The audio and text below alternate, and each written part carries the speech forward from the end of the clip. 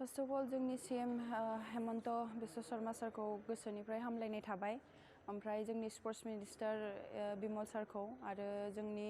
विधायक धेकियाजुलिनि MLA अशोक सिंघल सारखौ गोरबोनिफ्राय हामलायनाय थाबाय बिकज बहुत नांगौ समावहाय आंखौ बहुत सारा माने सहाय खालामनाय एज ए फेमिली माने एज ए पेरेंट्स टाइप बहुत आंखौ सहाय खालामदों आरो जेतिया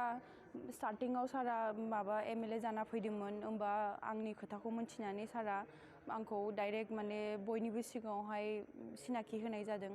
स' आं जोबोद माने हेपि बे समावहाय आरो सारा माने एज ए स्पर्ट्स पार्सन बहुत मोजां मोनो अनो सारा बयखौबो अनो स' आंखौ बेबायदिनो बे धेकियाजुलिनि सासेल' होननानै आंखौ बहुत अननाय होदों आरो बहुत सहाय खालामदों नांगौ समावनो आंनो सहाय होदों स' आं बहुत माने मोजां जे खाफाल गोनांखे आं बेबायदि माने विधायक मोनदों जोंनि जायगायावहाय